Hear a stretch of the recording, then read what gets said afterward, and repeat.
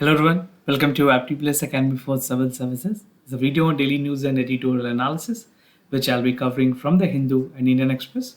It's the most important news and editorial of the day that is relevant for both prelims and mains examination perspective will be discussed in this session. Let's get started with the news topic list.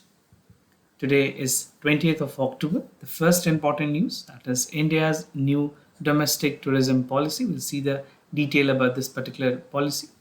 Second, Prime Minister announces Mission Defense Space for the Armed Forces. Third, Centre unveiled the draft National Credit Framework. We'll look into the complete framework and its functioning.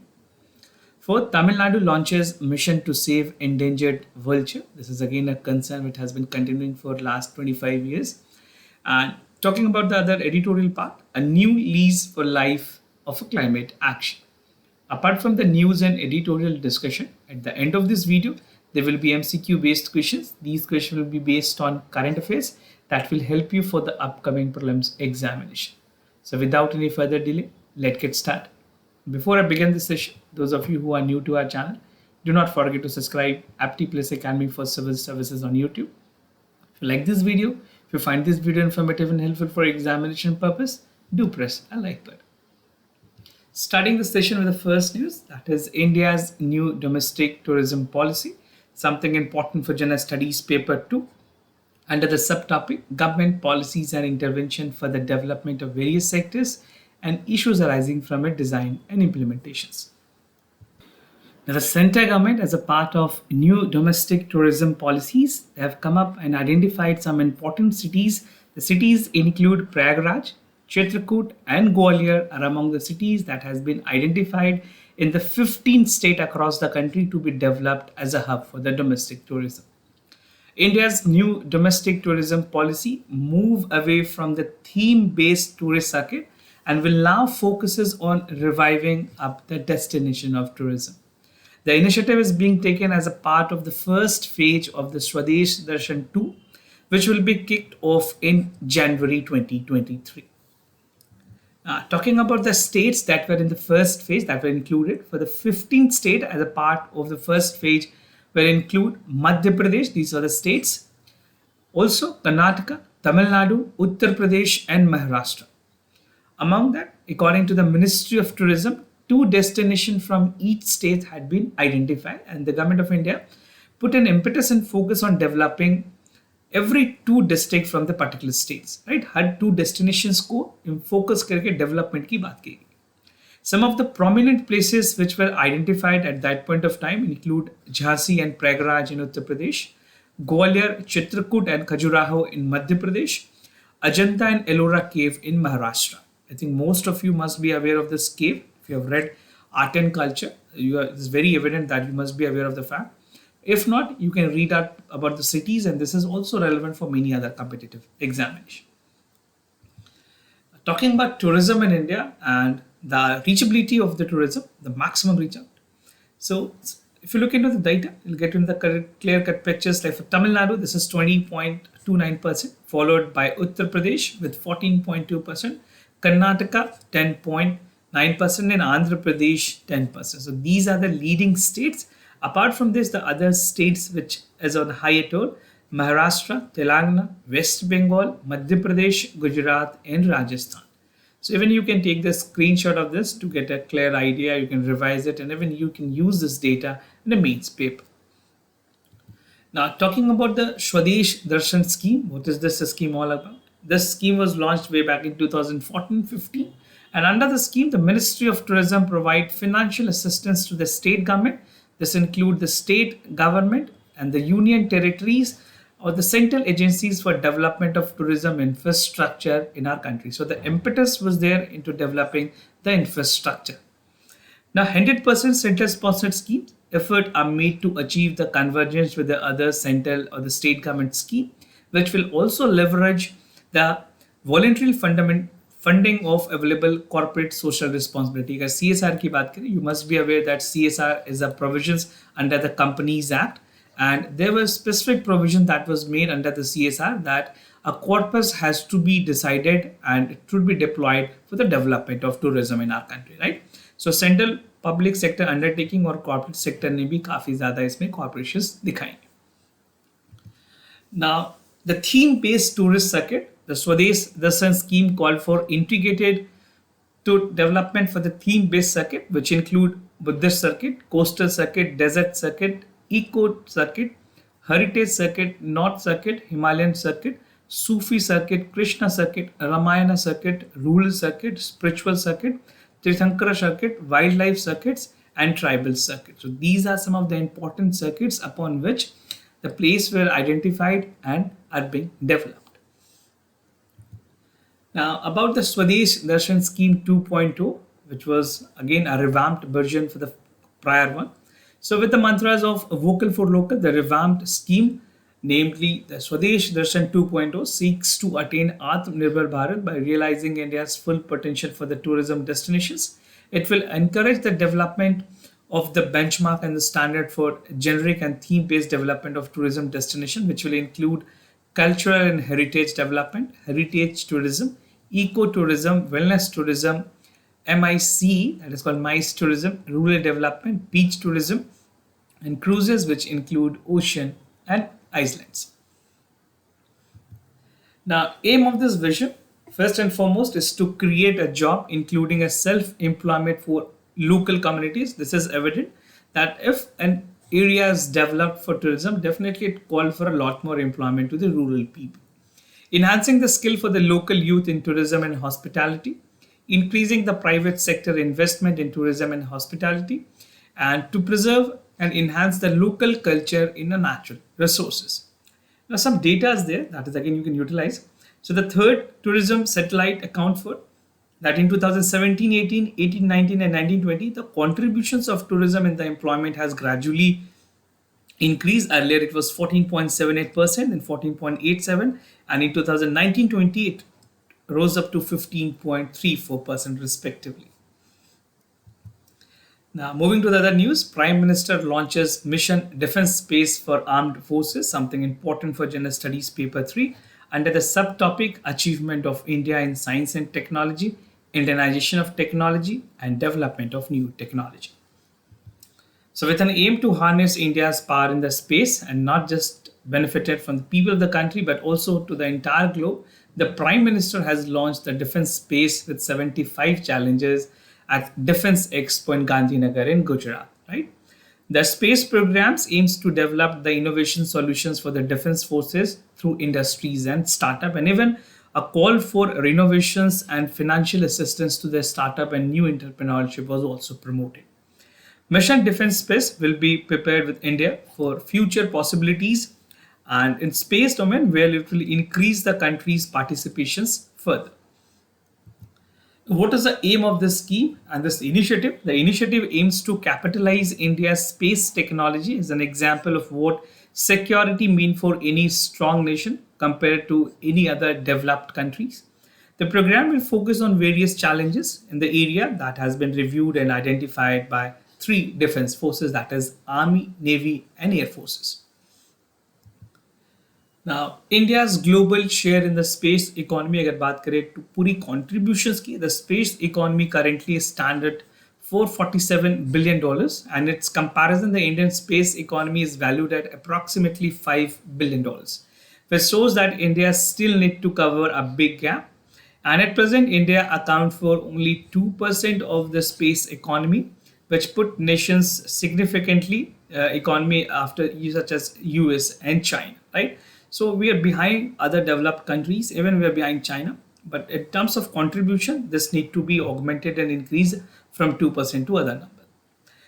Now, to bridge the gap, India has been making a giant strides for fulfilling the space ambitions via unlocking the space sector for the domestic private firms. Even Government of India called there will be a PPP model, that is private public partnership, right? That will be there to ensure that the government is coming in a collaborations in a triple P mode, which is actually helping the sector.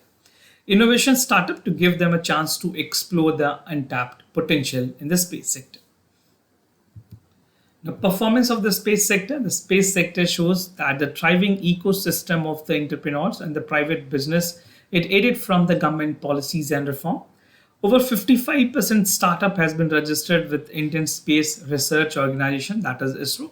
So the new startup are collaborating with ISRO to get a state-of-art technology and the required technology transfers. Now, in just 2 years since Indian Space and ISRO has been working with the private sector, a personal intervention was made by the Prime Minister to have a collaboration. Now, in the startup, the space sector has crossed a total number of 100, of which 47 were actually established in 2021. In 2019, only 11 startups were added in the sector. So definitely a progress has been made, but total number currently is at 100. Now, talking about the South Asia satellite, there are more than 60 developing countries with whom India is sharing that science space, right, in terms of the space science. Now, South Asia satellite is an effective example to this. By next year, 10 association of the South Asian country, that is ASEAN, countries will get real-time access to India's satellite data. And even developed countries like Europe and America is using India's satellite data. So this is again a pride moment, and given the fact that India put more impetus in developing all the satellite activities, this will give India a benchmark achievement to get the overall success compared to many other developed countries. Now, Center unveiled the draft National Credit Framework, something important for Gender Studies Paper 2, under the subtopic, that is issues related to development and management of education and human resources. So recently, the Ministry of Education has unveiled the draft National Credit Framework, and this framework aims to formulate a unified credit accumulation and transfer for general and vocational studies, right? Not only for general, but the vocational studies will be also taken into consideration from the school to the higher education, right? So there will be a hierarchy, there will be a pyramid upon which from starting from the school till the higher education, it will be taken into considerations, right? The draft framework has been formulated under the UGC, that is the Establishment and Operation Admin of the Credit in the Higher Education Regulation notified in July 2021. Now, about the National Credit Framework, the National Credit Framework is an umbrella framework that call for first and foremost focusing on skilling, reskilling, upskilling, accreditations and evaluation, encompassing our people in education and skilling institutions and the workforce.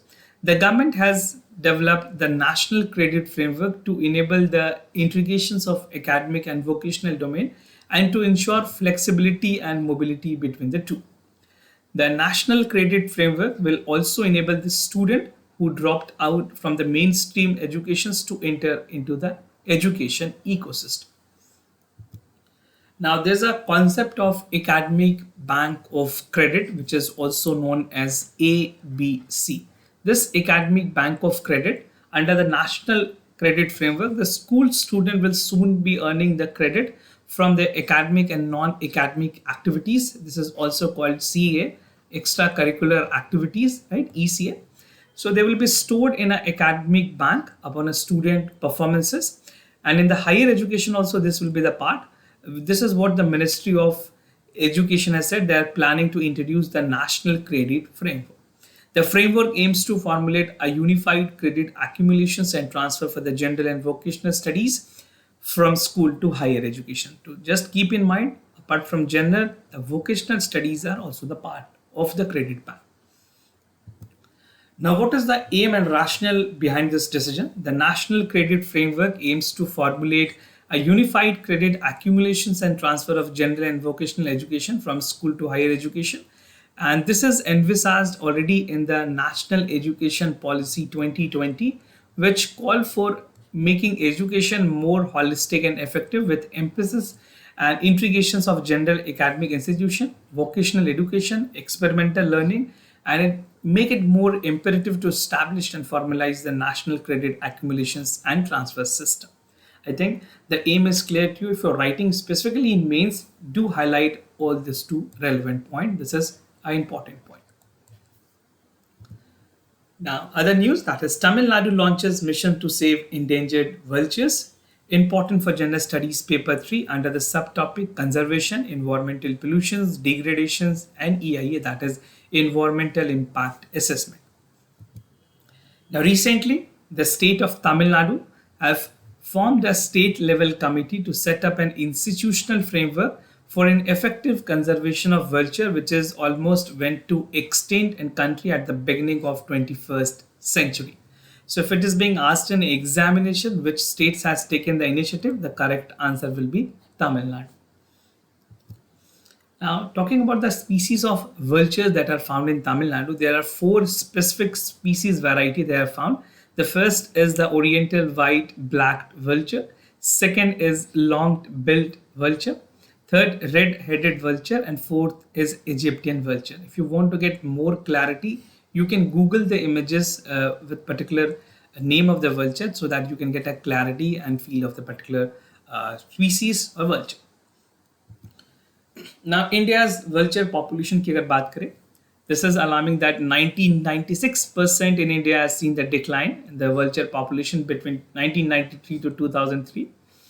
The central government has put into place two action plan to protect at a national level. That was first in 2006, another in 2020 and 2025. Government has also come up with a policy to look into the matter and work holistically to develop the vulture populations. Now, one of the important actions pointed out in the national wide plan is the formulation and even the state level committees to save the critical endangered vulture population. Talking about the total decline in the population, you can see for 2005, the number were close to 2,647. In 2018, it sharply dropped to 820, right? And the biggest losers in the district was Kutch, Surat, Sundarnagar, Ahmedabad, and Panchmadi. And the reason for decline in the Gujarat was vanishing green spaces, open space replaced with tall building, and continued use of diclofenac despite the ban. So drug which is harmful for vulture. We'll see the detail about this drug and how it is impacting. New drug is also there like nimesulide, ketofens, and other causing death to them. And top gainers की अगर बात करें किसकी performance अच्छी रही है, district that is Anand, Valsad, Junagadh. These are some of the districts that were the gainer in terms of the total population. Now, 53% drop in Indian vulture was seen since 2006, and you can see this data. The medicine or drugs that is harmful and that was detrimental to the population of vulture was diclofenac, aceclofenac, nimesulide, and ketoprofen. So these were the drugs which has severely impacted and that have even caused a death for many vultures. Major habitat loss were there in the district. I've already discussed. You can pause this video. You can check out the name of the district already. Now, role of vulture for the environment. This is again specifically important question for the prelims examination. UPSC tend to ask such questions. So vulture play a key role in is a natural scavenger, keeping the environment clean. They exclusively eat dead crustaceans and even are particularly effective in removing the pathogen and toxins from the environment. Causes of decline in the vulture populations. What were the reasons? The first and foremost reason is the use of diclofenac as a drug. It's a veterinary non-steroidal and anti-inflammatory drugs that was there in 2004, found in the cases of the cattle which they are feeded. This is basically used to feed the cattle. But ultimately, when the cattle died and animal feed upon it, it get inside the vulture body also, and reason it has severe harmful impact on the body of the vultures.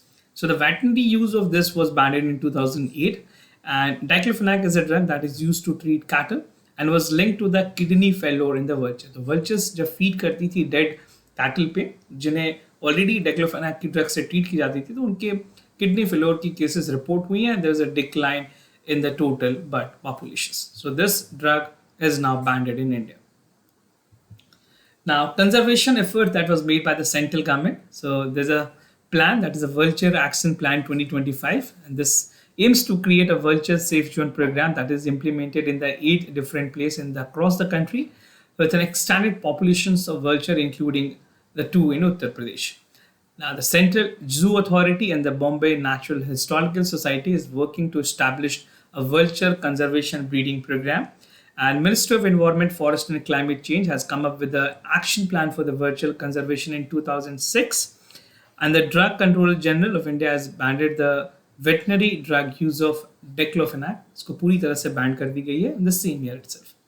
At present, there's a 9 vulture conservation and breeding center across the country, where 3 are directly administered by the Bombay Natural Historical Society.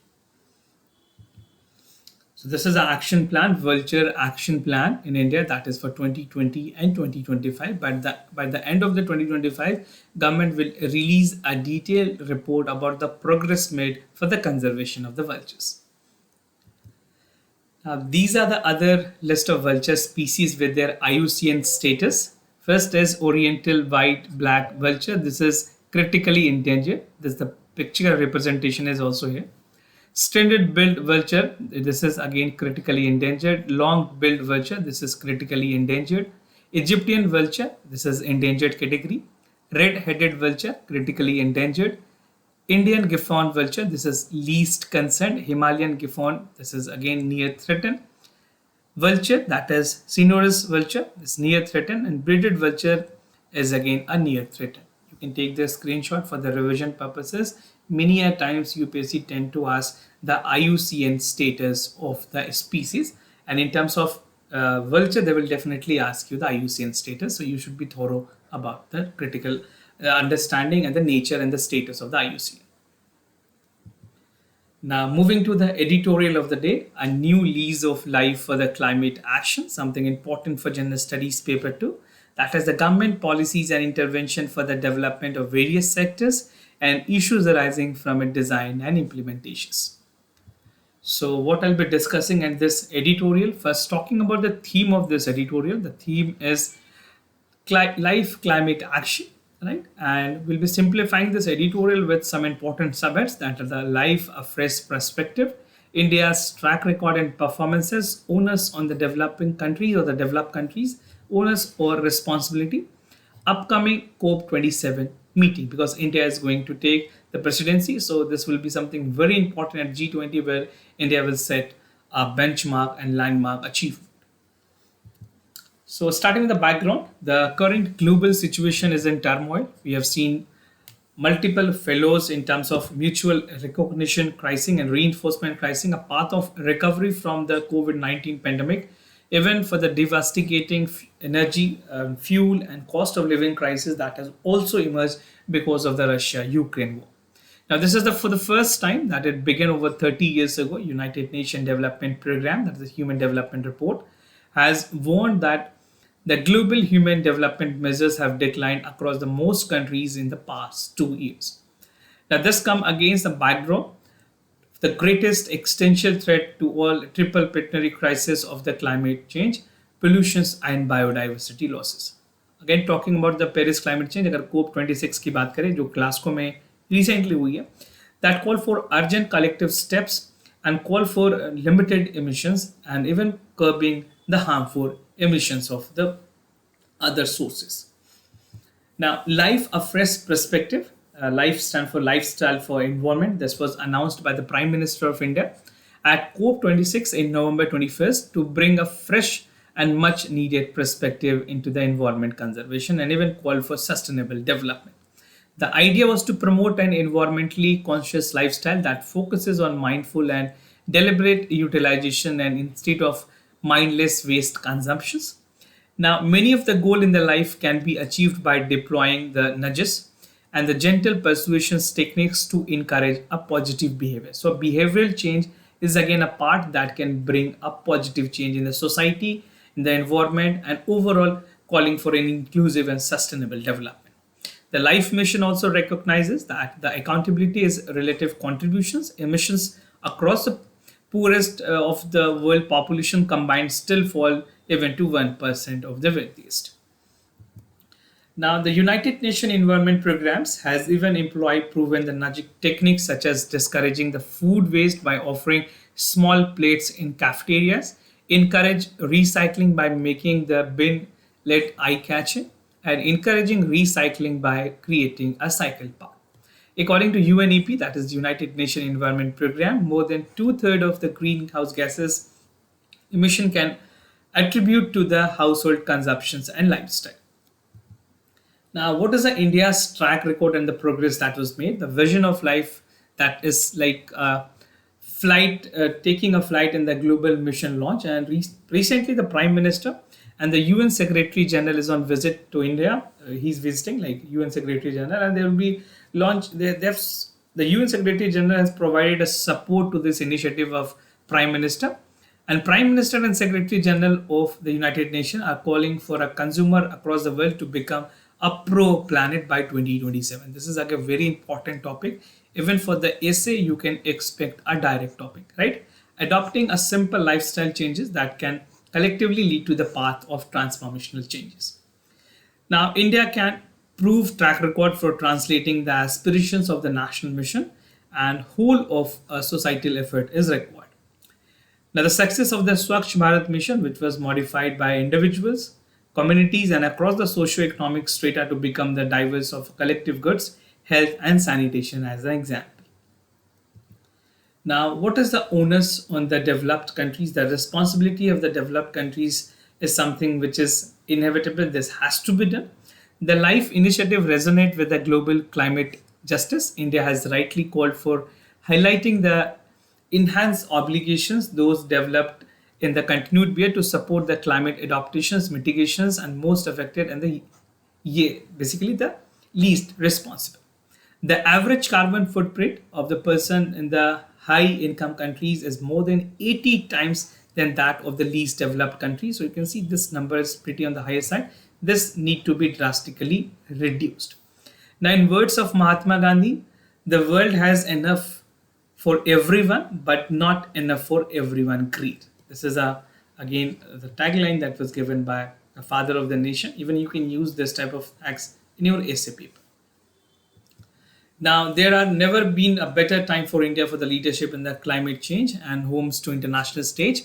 The Prime Minister of India has also called for Panchamrit targets and even called for net zero emissions target by 2070, right? And even support to the International Solar Alliance, coalitions for disaster resilience infrastructure, South Asian Cooperation Platform. These are some of the part where the world fifth largest economy, making it more vibrant, and enormous investment will be there in terms of renewable energy, electric mobility, world-class public digital stacks. India bring a scale, expertise, and legitimacy where a well-positioned founding UN member will bridging the gap of G20 and G77. Now, upcoming to COP27 meeting, the COP27 will be scheduled for next month, and India is set to assume the G20 presidency. And this is the time will India need to set a precedent, followed by half of the mark on the agenda 2030 for the next year. And India is committed partner in missions to help and give lease for the life to the climate action. Definitely, this time tenor will be given more impetus. And India is definitely inclined to work for many areas. The priority areas has already been decided by the government of India. I have also discussed about the priority area for G20 presidency. So you can expect a direct question in the mains examination once India assume the G20 presidency, how India can make this opportunity a game change. Now, moving to the MCQ questions of the day. Before I proceed, just to tell you the answers of yesterday's questions. For first question, the correct option is C. For second question, the correct option is A. Today's MCQ for practice, say new umbrella entities for retail payments. Only those entities that are allowed and controlled by the Indian citizen with at least 3 years of experience in the payment segment can become the promoters of NUE. No foreign investment is allowed in the NUE with existing guidelines. Second question of the day, that is with reference to NRI bond, consider the following statement. The bond attracts capital during when domestic assets fail to attract the interest of the foreign investors.